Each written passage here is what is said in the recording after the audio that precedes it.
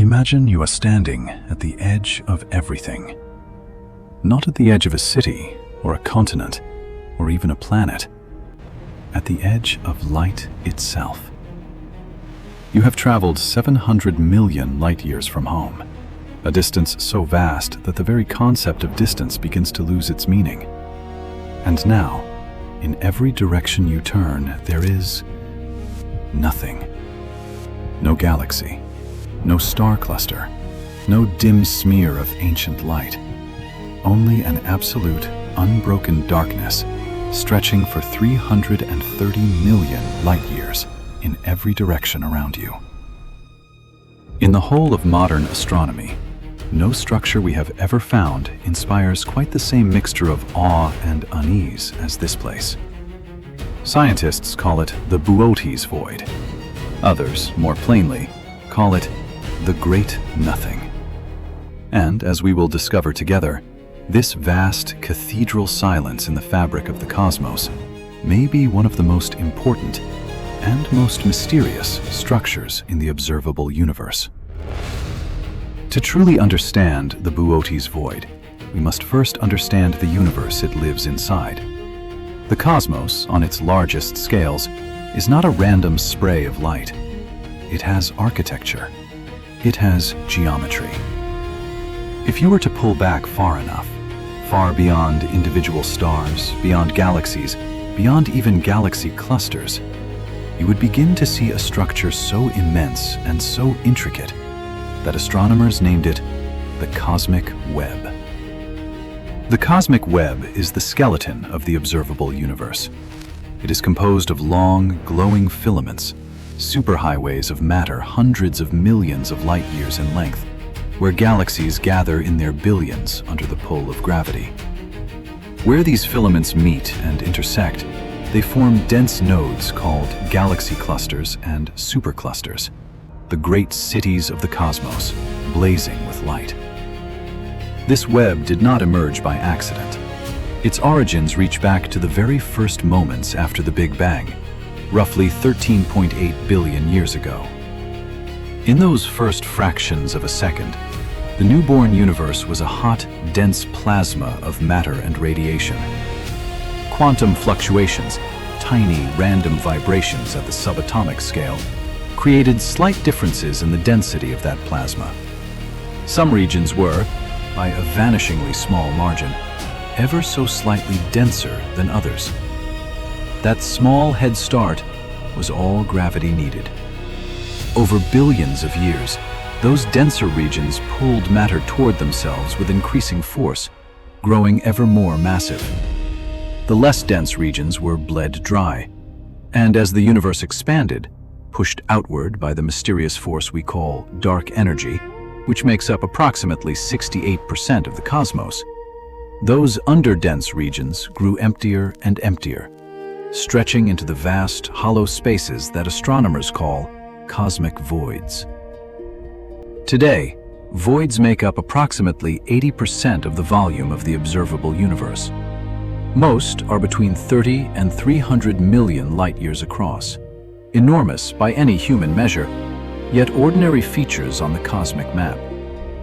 And then there is one that is not ordinary at all. The year was 1981. Astronomer Robert P. Kirshner, then a professor at the University of Michigan, was working alongside colleagues Augustus Ohnler Jr., Paul Schechter, and Stephen Schechtman on what seemed at first like a routine project. They were conducting a survey of galaxy redshifts, a technique that uses the stretching of light to measure how fast distant galaxies are moving away from us, and therefore, how far away they are. Because the universe is expanding uniformly, redshift doubles as a cosmic ruler. By measuring it for thousands of galaxies, you can construct a three-dimensional map of the universe. Not just where things are on the night sky, but how deep they lie in space. As their map took shape, something deeply strange appeared. In three separate survey fields, separated from one another by angles of 35 degrees across the sky, the team found the same anomaly. A gaping, yawning absence in the galaxy distribution. A zone, centered near the celestial coordinates of right ascension 14 hours 50 minutes, declination plus 46 degrees, roughly 700 million light-years from Earth, where the galaxies simply stopped. The team published their finding in a paper with a title that perfectly captured their cautious astonishment. A 1,000,000 cubic megaparsec void in Boötes? The question mark was deliberate. They barely believed their own data. But the data held. A follow-up survey in 1987, measuring redshifts for 239 additional galaxies in the region between the original fields, confirmed what the maps had shown. The void was real. It was, as that follow-up paper stated, of high statistical significance and does not appear easily reconcilable with any of the popular models for the growth of structure in the universe. The region lies in the direction of the constellation Boötes, the herdsman of Greek mythology, the guardian of the plow, pushing his celestial oxen around the pole star Polaris for eternity. And so, this hole at the heart of the cosmos took his name, the Boötes Void. Now let us look at it clearly, because its dimensions require a moment of genuine stillness. The Boötes Void is a roughly spherical region of space, approximately 330 million light-years in diameter. Its radius alone, 62 megaparsecs, or about 200 million light-years, is nearly equivalent to the distance between our Milky Way and some of the farthest superclusters within our cosmic neighborhood. To put this in perspective, our nearest large galactic neighbor, the Andromeda Galaxy, sits just 2.5 million light-years away. The Boötes Void is 80 times wider than the distance from the Milky Way to Andromeda. Our entire galaxy would fit inside it, not thousands or millions, but billions of times over. If the observable universe were reduced to the size of the Earth, the Boötes Void would be roughly the size of a large stadium. And it is nearly empty. Based on the average distribution of matter in the cosmos, roughly one galaxy every 10 million light-years, a region this large should contain approximately 2,000 galaxies. Astronomers, over decades of patient searching, using techniques ranging from optical telescopes to infrared satellites like IRAS, have found precisely 60 galaxies where 2,000 should live. What is particularly strange is where those 60 are found.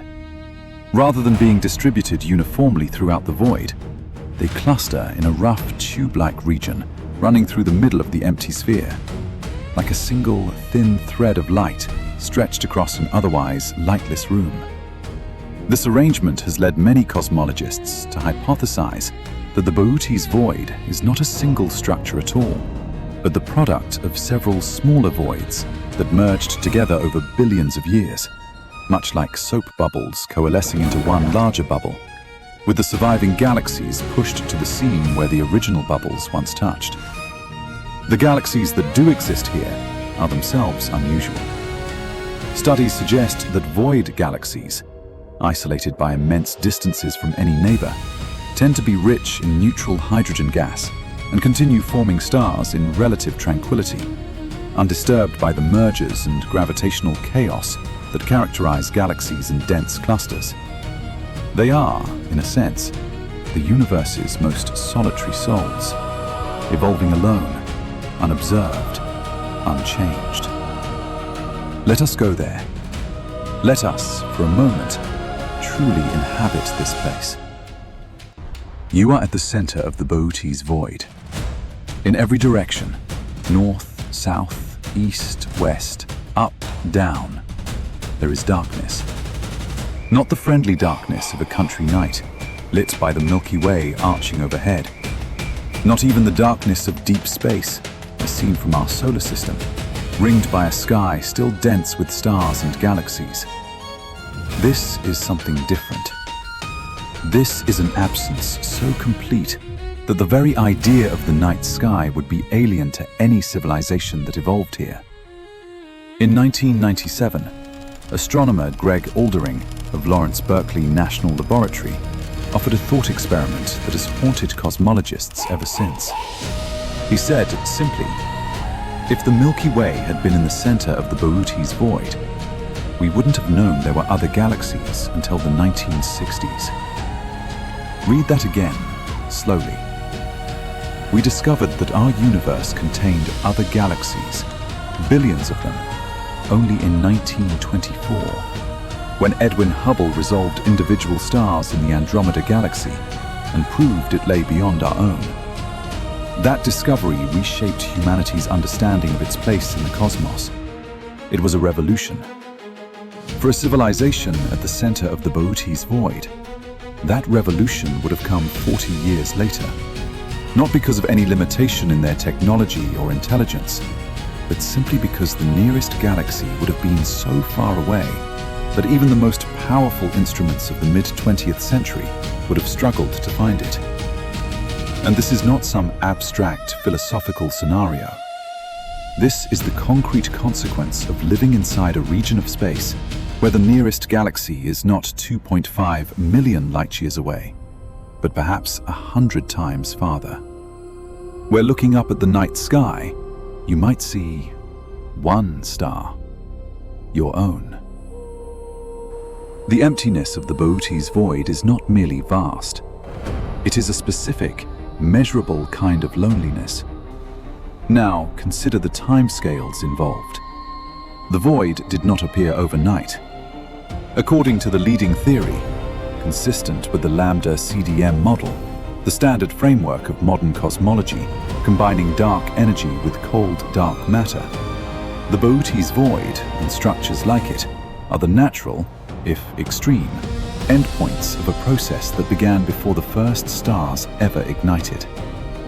The quantum fluctuations of the infant universe, the baryon acoustic oscillations that rippled through the primordial plasma like sound waves through a vast ocean, the slow, relentless sculpting force of gravity over billions of years, all of these conspired, in this one corner of the cosmos, to drain an already underdense region of its matter with exceptional thoroughness. And dark energy accelerated the process. As the universe's expansion accelerated over the last several billion years, driven by this mysterious energy that permeates even empty space, the growing voids grew faster. What might once have been a moderately sparse region became, over cosmic time, a supervoid. The Boötes void is, in a sense, the universe's exhale. While clusters and superclusters are where the cosmos breathes in, gathering matter, igniting galaxies, forging stars, the voids are where it breathes out, leaving behind only silence and the slow expansion of space itself. The Boötes void matters to science for reasons that extend far beyond its sheer impressiveness. It is, in fact, a laboratory. Cosmic voids are exquisitely sensitive to the forces that govern the universe's evolution. Their shapes, sizes, and the gentle ways they warp the fabric of space-time serve as precise probes of dark energy. Because voids are regions of low density, they expand slightly faster than the surrounding universe, and the rate of that expansion encodes information about the dark energy equation of state, the fundamental parameters that describe this force we still do not fully understand. By studying the shapes of voids over cosmic time, astronomers are, in effect, measuring the invisible hand that drives the universe's accelerating expansion. The simultaneous existence of the largest voids, including Boötes, and the largest galaxy clusters, astronomers have calculated, requires approximately 70% of the universe's total energy content to be dark energy. This is strikingly consistent with measurements from the Planck spacecraft, which mapped the cosmic microwave background, the afterglow of the Big Bang, with exquisite precision, and found 68.3% dark energy in 2013. The Boötes void also speaks to the question of whether our cosmological models are correct. When Kirshner and his team published their 1987 follow-up survey, they noted that the void's extreme underdensity was not easily reconcilable with the popular models of the time. 40 years of subsequent research have, largely, reconciled it. The Lambda CDM model, validated across an extraordinary range of observations, does allow for structures like Boötes as rare, but not impossible outcomes of cosmic evolution. But rare is a word worth lingering on. Simulations of the cosmic web suggest that a void of the Boötes scale, while not physically impossible within our current understanding, sits at the very limit of what we would expect to find in an observable universe of this size. It is an outlier, a statistical extreme, and outliers in science are often where the most important questions are hiding. Some researchers have explored whether variations in dark energy across space, not a uniform cosmological constant, but a dynamic field that may be slightly stronger in some regions, could account for the formation of exceptionally large voids. This remains a hypothesis, not an established theory. Others have asked whether the Boötes void might leave a subtle imprint on the cosmic microwave background through a phenomenon called the integrated Sachs-Wolf effect, where photons of ancient light lose energy as they traverse a large, underdense region. These investigations are ongoing. Meanwhile, modern sky surveys, including the Dark Energy Survey, which has mapped roughly a quarter of the southern sky and examined approximately 300 million galaxies, and the Baryon Oscillation Spectroscopic Survey, are producing ever more detailed three-dimensional maps of the cosmos.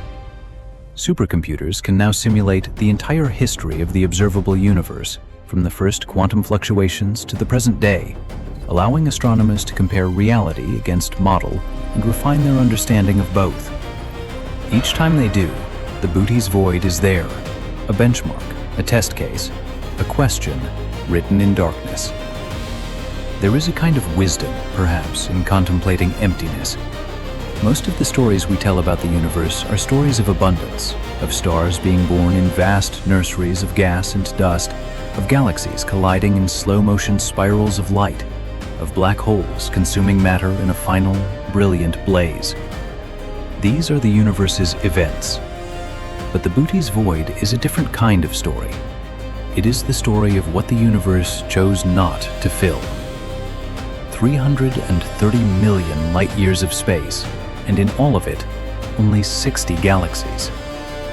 The light from those 60 lonely islands traveling for hundreds of millions of years through a darkness so complete that no civilization in their sky would easily know the universe extended beyond their own horizon. And yet, that silence is not absence of meaning. The void is shaped by the same forces that built the most luminous structures in existence: gravity, dark energy, quantum chance. It is the shadow of the cosmic web, the exhale between the breaths. The rest between the notes, without which there is no music, only noise. The Boötes void has existed for billions of years before any living thing arose to name it or to wonder at it. It will persist for billions of years after the last stars in the universe have cooled and gone dark. It does not need us to understand it. But in the act of trying to understand it, in turning our instruments toward the darkness and asking, with honesty and humility, what is this place and why does it exist? We do something that, as far as we know, is unique in all the cosmos. We bear witness. And perhaps, in some quiet way, that is enough.